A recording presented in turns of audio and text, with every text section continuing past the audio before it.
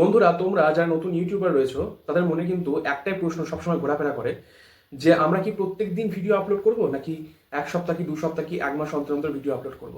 কারণ বন্ধুরা, আমরা ইউটিউব প্ল্যাটফর্মে অনেক ইউটিউবারকে দেখে থাকি যারা যাদের মধ্যে কেউ কেউ এক সপ্তাহ অন্তর অন্তর ভিডিও আপলোড করে, কেউ কেউ আবার 10-15 দিন অন্তর অন্তর ভিডিও আপলোড করে, আবার কেউ প্রত্যেক দিন ভিডিও আপলোড করে। তো সেই সমস্ত দেখে আমরা কনফিউশনে পড়ে যাই যে আমাদের কোনটা করা উচিত। তাই আজকে এই শর্ট ভিডিওর মাধ্যমে আমি তোমাদের সমস্ত কনফিউশন দূর করার চেষ্টা করব। তার আগে বলতে চাইবো যে আমার চ্যানেলটিকে অবশ্যই তোমরা সাবস্ক্রাইব করে দেবে। তো আমি এখানে প্রথমেই যে কথাটা বলবো সেটা হচ্ছে, তোমরা ডেলি ভিডিও আপলোড করবে নাকি 2 দিন 5 দিন অন্তর অন্তর ভিডিও আপলোড করবে, সেটা পুরোটাই ডিপেন্ড করা হচ্ছে তোমাদের ভিডিওর ক্যাটাগরির উপরে।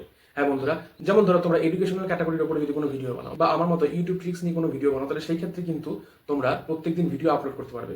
কিন্তু যদি তোমরা এন্টারটেনমেন্ট ক্যাটাগরির যদি ভিডিও বানাও, মানে কমেডি ভিডিও যদি তোমরা বানাও, তাহলে সেই ক্ষেত্রে কিন্তু তোমরা প্রত্যেকদিন ভিডিও আপলোড করা তোমাদের পক্ষে সম্ভব হবে না। তোমাদের মিনিমাম 2 থেকে 3 দিন টাইম তো লাগবেই একটা ভিডিও আপলোড করতে। তো তোমাদেরকে কি করতে হবে, তোমাদেরকে একটা ক্যাটাগরি চুজ করতে হবে, এবং সেই ক্যাটাগরি চুজ করার পরে তোমাদেরকে আগে ভাবতে হবে যে তোমরা যে ক্যাটাগরির উপরে ভিডিও বানাচ্ছ সেই ক্যাটাগরির ভিডিও কি তোমরা ডেলি আপলোড করতে পারবে, নাকি 2 দিন কি 3 দিন অন্তর অন্তর আপলোড করতে পারবে। তো যদি তোমরা ডেলি আপলোড করতে পারো, সেরকম যদি তোমাদের মনে হয়, তাহলে তোমরা ডেলি আপলোড করবে। এবং তোমাদের যদি মনে হয় যে না, আমি যে তোমরা যে ক্যাটাগরির উপর ভিডিও বানাচ্ছ সেটা ডেলি আপলোড করা সম্ভব নয়, 2 দিন 3 দিন অন্তর অন্তর, 2 দিন হোক বা 3 দিন হোক অন্তর অন্তর ভিডিও আপলোড করাটাই বেটার হবে, সেটা তোমরা করতে পারবে। তো সেই ক্ষেত্রে তোমরা 2 দিন 3 দিন অন্তরই ভিডিও আপলোড